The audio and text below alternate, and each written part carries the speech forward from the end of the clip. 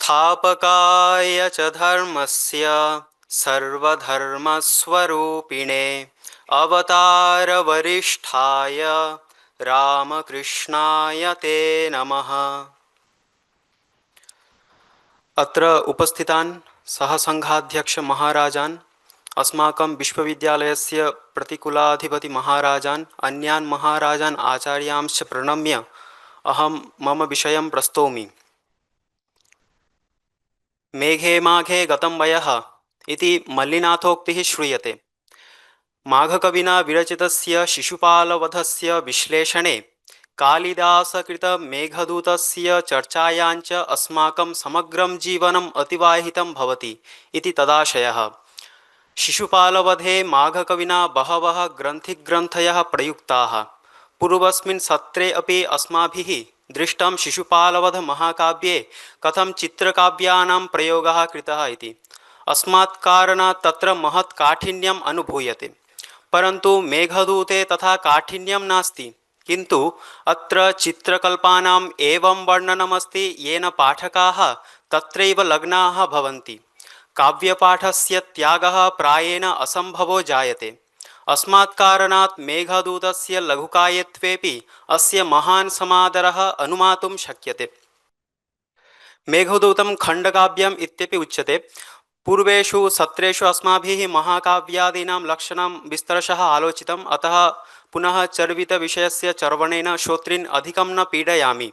सामान्यतः महाकाव्ये यानि वैशिष्ट्यानि भवन्ति तेषु कानिचन एव खण्डकाव्ये अवलोक्यन्ते।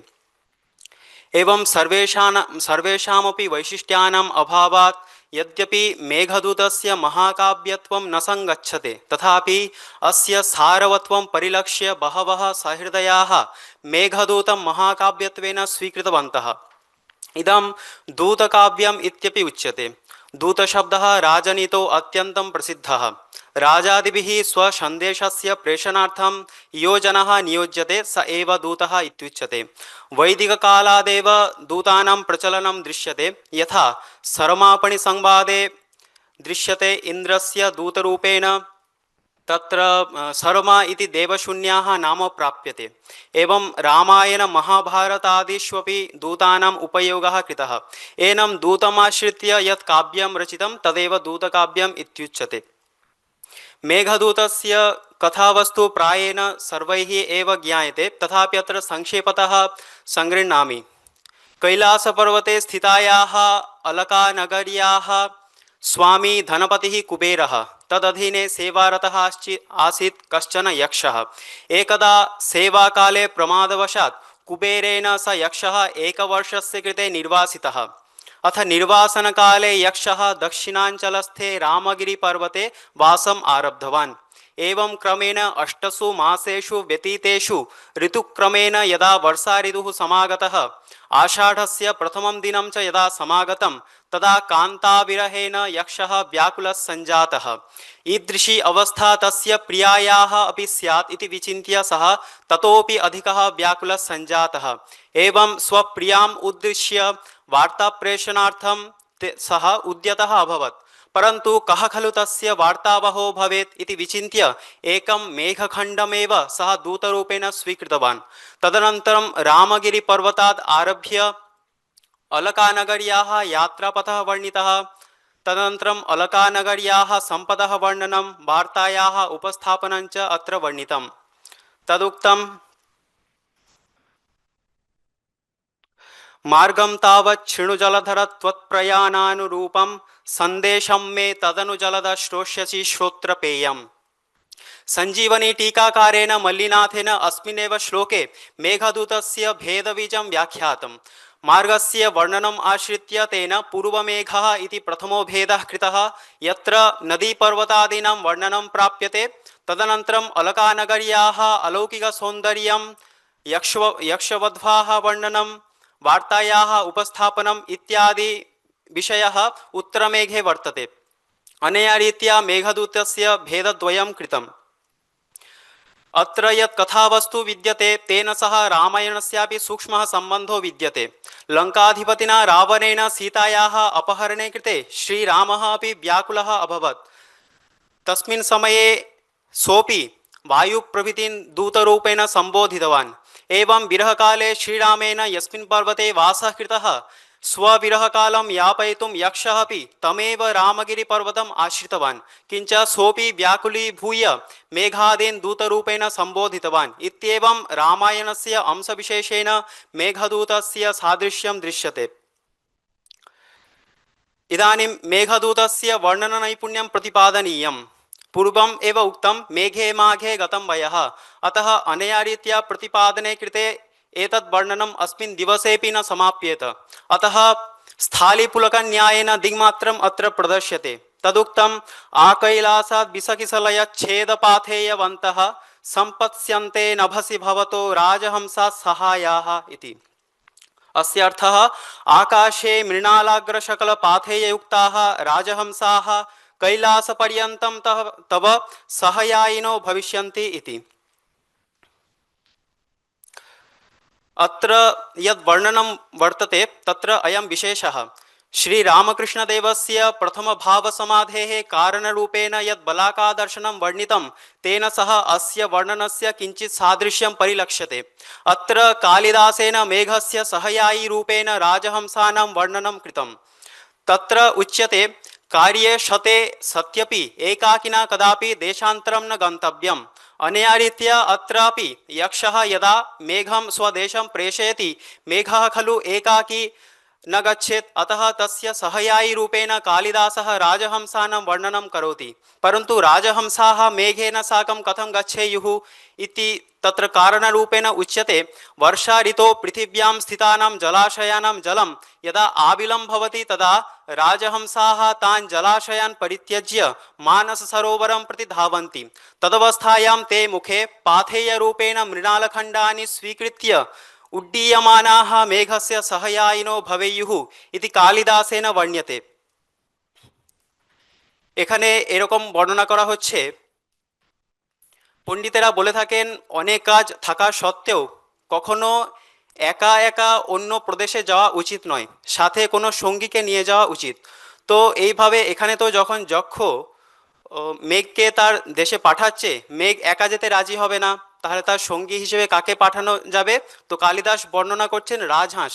রাজহাঁসরা তার সেই মেঘের সাথে যাবে, কিন্তু রাজহাঁসরা সেই অবস্থায় মানস সরোবর কৈলাস পর্বতের উদ্দেশ্যে কেন রওনা দেবে? সেখানে কারণ হিসেবে বলা হচ্ছে বর্ষাকালে পৃথিবীতে বিভিন্ন যে জলাশয় রয়েছে সেগুলির জল কর্দমাক্ত হয়ে যায়, তাই রাজহাঁসগুলি সেগুলি ছেড়ে মানস সরোবরের প্রতি রওনা দেয়। তো সেই রাজহাঁসগুলি মেঘের সঙ্গী হবে, এরকম উনি এখানে বর্ণনা করছেন। इदानीं वर्णनं प्राप्यते उत्पश्यामि त्वयितटगते स्निग्धभिन्नाञ्जनाभे सद्यः कृत्तद्विरददशनच्छेदगौरस्य तस्य शोभामद्रे स्तिमितनयन प्रेक्षणीयां भवित्रीम् अंसन्यस्ते सति हलभृतो मेचके वाससीव। अस्य अर्थः हे जलद गजदन्तवद् धवलवर्णस्य कैलासस्य तटे मसृणाञ्जनवर्णे त्वयि स्थिते सति त्वदारूढशिखरः स कैलासः स्कन्धनिहितश्यामलवस्त्रो गौरवर्णो हलधरः इव शोभितो भविष्यति। अत्र वर्णितविषयस्य मया चित्रमाध्यमेन उपस्थापनाय प्रचेष्टा कृता। अत्र कालिदासेन बलरामेन सह कैलासपर्वतस्य सादृश्यं प्रतिपाद्यते। एवम् उच्यते उज्ज्वलवर्णः बलरामः तस्य स्कन्धे यदा नीलं वस्त्रं संस्थाप्यते तत् शोभावर्धकं भवति। एवमेव श्वेतवर्णस्य कैलासपर्वतस्य तटदेशे यदा कृष्णवर्णः मेघः समुपतिष्ठते तदापि बलरामवत् कैलासपर्वतस्यापि शोभा नितरां मनोहरा भवति। इत्येवम् अत्र इव शब्दप्रयोगद्वारा बलरामेन सह कैलासपर्वतस्य सादृश्यं प्रतिपादितम् इति कृत्वा अत्र उपमा अलङ्कारः प्रतिपादितः। এখানে কালিদাস বলরামের সাথে কৈলাস পর্বতের সাদৃশ্য বর্ণনা করছেন। কি বলছেন? বলরামের গায়ের রং কি? উজ্জ্বল বর্ণ। তো সেই বলরামের স্কন্ধে যখন কালো রঙের উত্তরীয় স্থাপন করা হয় তখন সেটি অত্যন্ত শোভা বৃদ্ধি করে। তো একইভাবে উনি বলছেন শুভ্রবর্ণ কৈলাস পর্বতে তটদেশে যখন কৃষ্ণবর্ণের মেঘ উপস্থিত হয় তখনও ওই একই রকমভাবেই বলরামের মতোই কৈলাস পর্বতের শোভাও যেন বৃদ্ধি পায়। তো এরকমভাবে উনি এখানে বর্ণনা করেছেন। इदानीम् उत्तमकाव्येषु न केवलं रसवर्णनमेव प्राप्यते, तत्र नानाविधानाम् उपदेशानामपि अपूर्वं सम्मिश्रणं परिलक्ष्यते। एवं मेघदूतेऽपि नाना उपदेशाः सन्ति। एकम् उदाहरणं यथा तां कस्यांश्चित् भवनवल्लभौ सुप्तपारावतायां नीत्वा रात्रिं चिरविलसनात् खिन्नविद्युत्कलत्रः दृष्टे सूर्ये पुनरपि भवान् वाहये दध्वशेषं मंदायन्ते नखल सुहृदाम अभ्युपेतार्थकृत्याः इति। अस्मिन् श्लोके विद्युत् मेघस्य पत्नी रूपेण वर्णिता। एवं उच्यते, हे जलद चिरं स्फुरणात् तव विद्युत् रूपिणी भार्या श्रान्ता भवति चेत् ताम् आदाय उज्जयिनी नगर्यामेव कस्यचित् गृहस्य उपरि भागे विश्रामं स्वीकुरु, रात्रिम् अतिवाहय, तदनन्तरं परस्मिन् दिवसे प्रातःकाले सूर्योदये जाते सति अवशिष्टस्य मार्गस्य अतिक्रमणं कुरु। परन्तु अत्र विलम्बो न विधेयः, यतो हि मित्राणां प्रयोजनस्य क्रिया स्वीक्रियते चेत् तत्र तत् यथाशीघ्रं समापनीयम्। अत्र कालिदासस्य अयम् उपदेशः, मित्रस्य प्रयोजनाय किमपि कार्यं स्वीक्रियते चेत् तत्र कदापि दीर्घसूत्रता आलस्यं वा न आचरणीयं, तत् यथाशीघ्रं सम्पादनीयम्। एवं विधाः नाना उपदेशाः मेघदूते प्राप्यन्ते। सम्प्रति मया मेघदूतस्य कानिचन मौलिकवैशिष्ट्यानि वर्ण्यन्ते। तत्र प्रथमस्तावत् अस्य पाठभेदः। मेघदूतस्य सर्वाधिकं लोकप्रियत्वं दृश्यते, अतः एव नैके विद्वांसः स्वलिखितान् श्लोकान् अपि अत्र योजितवन्तः। वयं लोकेपि पश्यामः, कदापि चित्रग्राहकयन्त्रेण अर्थात् कैमरा द्वारा चित्रं स्वीक्रियते चेत् तत् परिसरे वयं स्वमुखमपि प्रवेशयामः। चित्रमध्ये अस्माकं मुखमपि प्रतीयताम्, अस्माकमपि प्रचारः जायताम् इति तत्र अभिप्रायो भवति। एवमेव विद्वांसः अपि स्वलिखितानां श्लोकानां प्रचाराय तान् मेघदूते योजितवन्तः। अतः पाठभेदः समायातः। मेघदूतस्य प्राधान्येन द्विविधा पाठपरम्परा दृश्यते, लघुपाठपरम्परा, बृहत्पाठपरम्परा च। तत्र लघुपाठपरम्परायाः समर्थिनः दक्षिणावर्तनाथ, पूर्णसरस्वती प्रभृतयः टीकाकाराः, बृहत्पाठपरम्परायाः समर्थिनः भवन्ति वल्लभदेव, भरतमल्लिकादयः टीकाकाराः। अत्र भौगोलिकदृष्ट्या अपि पाठपरम्परायाः समीक्षणं कर्तुं शक्यते। उत्तरभारते अंतर्भवति वल्लभदेवः, तद्रीत्या अत्र 21,100 श्लोकाः। पूर्वभारतपरम्परायां भरतमल्लिकः अंतर्भवति, तद्रीत्या मेघदूते 21,100 श्लोकाः।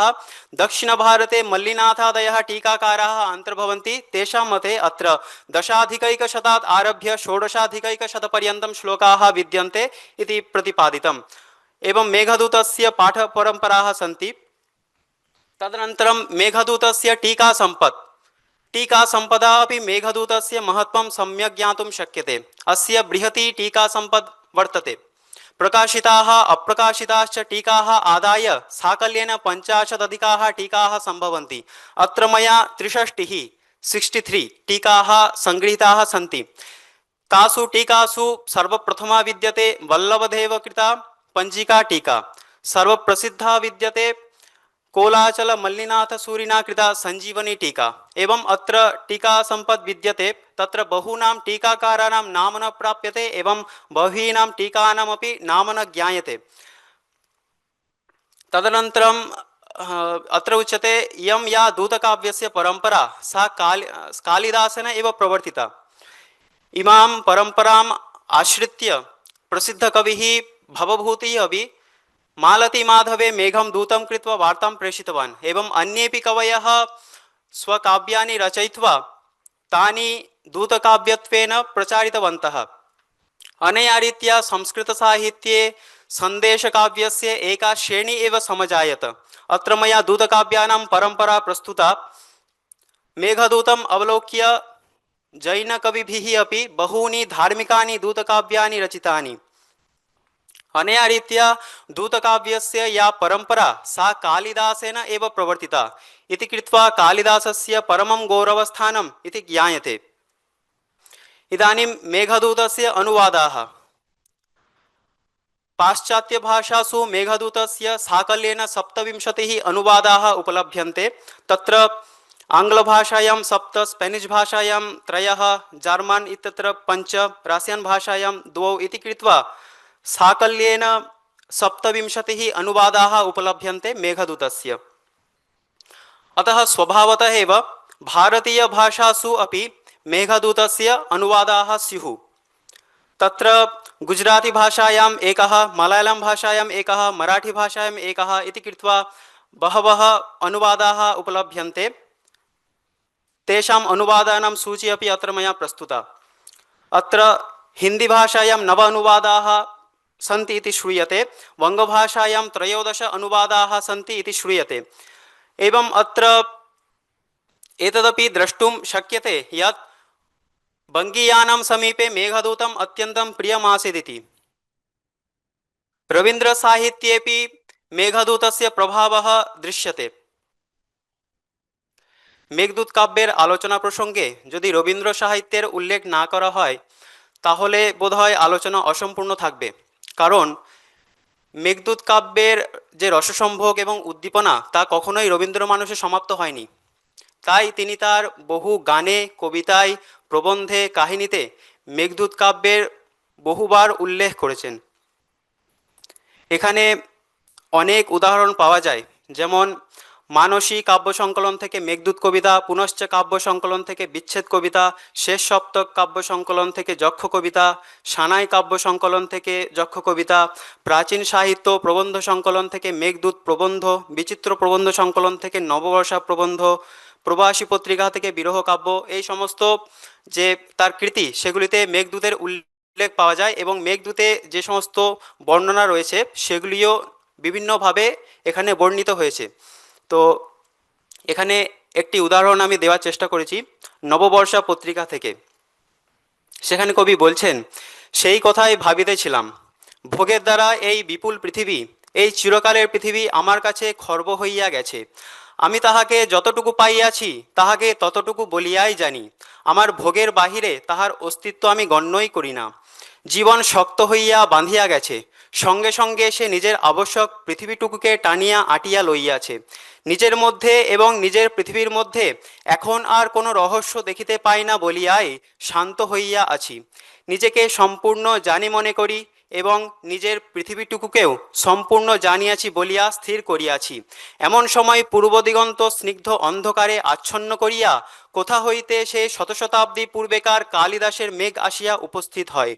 সে আমার নহে, আমার পৃথিবীটুকুর নহে, সে আমাকে কোন অলকাপুরীতে, কোন চিরযৌবনের রাজ্যে, চিরবিচ্ছেদের বেদনায়, চিরমিলনের আশ্বাসে, চির সৌন্দর্যের কৈলাসপুরীর পথচিহ্নহীন তীর্থাভিমুখে আকর্ষণ করিতে থাকে। তখন পৃথিবীর যেটুকু জানি সেটুকু তুচ্ছ হইয়া যায়। যাহা জানিতে পারি নাই তাহাই বড় হইয়া উঠে। যাহা পাইলাম না তাহাকেই লব্ধ জিনিসের চেয়ে বেশি সত্য মনে হইতে থাকে। জানিতে পারি আমার জীবনে আমার শক্তিতে অতি অল্পই অধিকার করিতে পারিয়াছি। যাহা বৃহৎ তাহাকে স্পর্শও করি নাই। एवं रवीन्द्र साहित्ये बहुषु स्थलेषु मेघदूतकाव्यस्य विभिन्नरीत्या उल्लेखः प्राप्यते। अत्रैव मया समाप्यते। अन्तिमे च येषां सहसंघाध्यक्ष महाराजानां स्वामी भजनानन्दचरणानाम् उपस्थित्या अस्मिन् संस्कृतसप्ताह कार्यक्रमे अस्माकं प्रोत्साहः द्विगुणितः जातः। तेषां वन्दनार्थम् एकं श्लोकं प्रस्तौमि।